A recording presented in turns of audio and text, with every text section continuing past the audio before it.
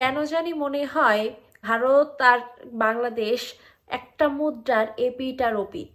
এখন যে doctor মৌমিতার rape, যেটা পুরো পুরো ভারত দিয়ে বাংলাদেশ দিয়ে পার হয়ে যাচ্ছে এই ডক্টর মৌমিতার রেপ কেসের। আপনাদেরকে 8 বছর আগের বাংলাদেশের কুমিল্লার তনু রেপ কেসের কথা মনে আছে? তনুকেও কিন্তু এরকম অর্ধেক রাতে, গভীর রাতে সেনাবাহিনীর এক জঙ্গল থেকে এরকম রক্তাক্ত অবস্থায় লাশ পাওয়া গেছিল। 8 বছর হয়ে গেছে, তনুর হত্যার কিন্তু এখনো কোনো বিচার হয়নি। যখন আমি মৌমিতার রেপ কেসের এই ঘটনাগুলো শুনলাম এবং প্রত্যেক দিন যখন লোমহর্ষক যে সিচুয়েশনগুলো সামনের পরে আসছে, একদম গায়ে কাঁটা দিয়ে উঠছে। মানে যে ডাক্তার মানুষের প্রাণ বাঁচায়, সেই ডাক্তারের এরকম পরিণতি হতে পারে? আজকে দেখলাম 150 গ্রামের মতো সিমেন্ট তার শরীরে ময়নাতদন্তে পাওয়া গেছে।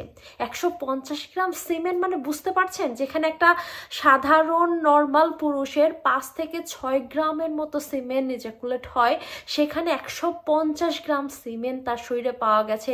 মানে কতগুলো হায়না, কতগুলো শকুন তাকে ছিঁড়ে খেয়েছে। মানে ভাবলেই কেমন একটা হিম হয়ে আসে না গা। তার শরীরে 113টার উপরে কামড়ের চিহ্ন।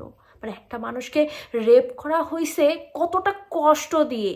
এবং তার একটা প্রতিবেশীর একটা স্টেটমেন্ট দেখলাম, তার পা দুইটা মানে বাঁকানো অবস্থায় একদম রাইট সাইডে মুখ করা ছিল, তার পা দুটাই পুরো উল্টায় ফেলা হয়েছে।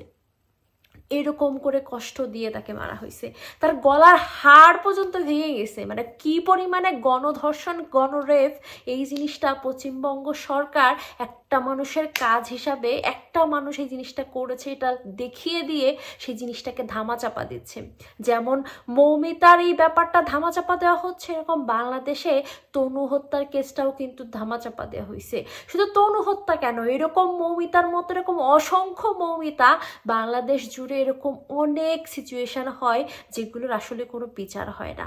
এই যে আমরা কলকাতা বলেন, বাংলাদেশ বলেন, আমাদের এই যে তথাকথিত নিয়ম এবং প্রভাবশালীরা সবসময় অন্যায় করে যাচ্ছে এবং সাধারণ মানুষ এগুলো ভুক্তভোগী হচ্ছে, এবং যারা ভয়েস রাইজ করছে তাদের উপরে অত্যাচার করা হচ্ছে, 2 দিন 3 দিন পরে সেই জিনিসটা কি হয়, একদম নর্মাল হয়ে যায়। এই যে একজন ডাক্তার 36 ঘন্টা ডিউটি করা, মানে বোঝেন একটা নর্মাল মানুষ 1 দিন বা 2 দিন ঠিক মতো একটানা কাজ করলে তাই মাথা খারাপ হয়ে যায়, সেখানে 36 ঘন্টা ডিউটি করা মানে তার শরীর এমনিই অনেক ক্লান্ত। তারপর সেই মানুষটাকে এইভাবে খুবলে খাওয়া এবং এতটা কষ্ট দিয়ে মারা, এই কোনো মানুষের কাজ? মানে পুরুষ মানুষ এতটা খারাপ কেন? তারা কি মানুষ? আমার তো মানুষ বলতে ঘৃণা হচ্ছে। আসলে কি জানেন, এই যে যে সিচুয়েশনগুলো শুনছি তাতে মনে হয়েছে বাংলাদেশ, ইন্ডিয়া, যাই বলেন না কেন, পুরো পৃথিবীটাই কেমন যেন নারীদের জন্য একদম সংকীর্ণ হয়ে যাচ্ছে। নারী হিসেবে জন্মগ্রহণ করাটাই যেন একটা পাপ।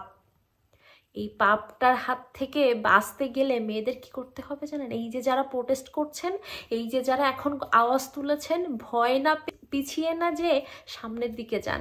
যতদিন না পর্যন্ত দৃষ্টান্তমূলক একটা ব্যবস্থা, একটা শাস্তির আওতায় দোষীদের আনা না যায়, ততদিন না পর্যন্ত এই সিচুয়েশন থেকে যখনই সরে দাঁড়াবেন, এই জিনিসটা পুনরাবৃত্তি আবার ঘটবে, আবার ঘটবে। ব্যাপার কি জানেন, আমার কাছে মনে হয় এই জিনিসটা আসলে ধামাচাপা থেকে যাবে। এই যে আন্দোলনের মানে যারা আন্দোলন করছে তাদের উপর অত্যাচার করা হচ্ছে, তাদের মানে আন্দোলনকে বানচাল করার জন্য আরও কিছু পরিমহল প্রেশার ক্রিয়েট করছে, তার যে কোনো যেন এভিডেন্স না পাওয়া যায় সেই জন্য সেখানে মানে কনস্ট্রাকশনের কাজ চলছে, ভাঙচুর করে বিভিন্ন ধরনের মানে যত আলামত আছে সেগুলো গোপন করার কাজ চলছে, উপরিমহল থেকে বিভিন্ন প্রেশারাইজড করা হচ্ছে। এগুলো কি করা হচ্ছে জানেন? এই যে একটা অন্যায়, এই যে একটা অপরাধ, এই জিনিসটাকে পুষে রাখা হচ্ছে। এবং এখান থেকে মানুষজন যখন 1 দিন 2 দিন যত দিন পার হতে যাবে, সিচুয়েশনটা যত পুরনো হয়ে যাবে, আস্তে আস্তে দেখবেন এই জিনিসগুলো ধামাচাপা থেকে যাবে।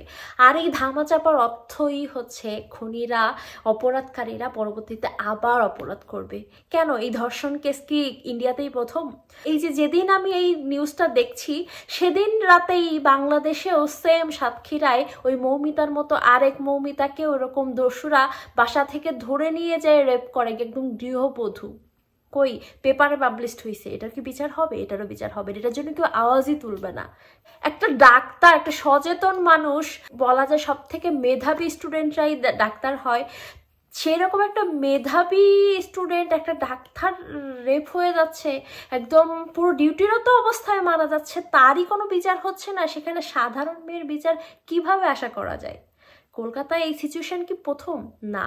কিন্তু কি হয়, প্রত্যেক বছর প্রত্যেক মাসে এরকম হাজার মৌমিতার রেপ হয়, কিন্তু এটা নিয়ে এই রেপের মতো এরকম ঘটনাকে আমরা নর্মালাইজড করে নিয়েছি। কেন ভাই? এই যুগে আমরা স্বাধীনভাবে সুন্দর করে প্রাণ খুলে বাঁচার অধিকার কি আমরা হারাই ফেলেছি? মানে সেই কুমিল্লা থেকে কলকাতা, কোথাও মৌমিতারা সেফ না। এই মৌমিতারা কোথায় সেফ থাকতে পারবে একটু বলতে পারেন?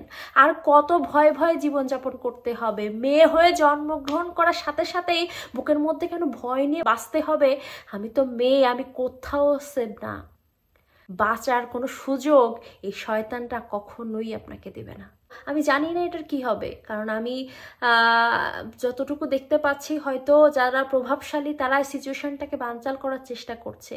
তবে আমি একজন নারী হিসাবে, একজন মানুষ হিসাবে চাইবো এরকম মৌমিতার যে পরিণতি, এরকম পরিণতি আর কারোর জীবনে না আসুক।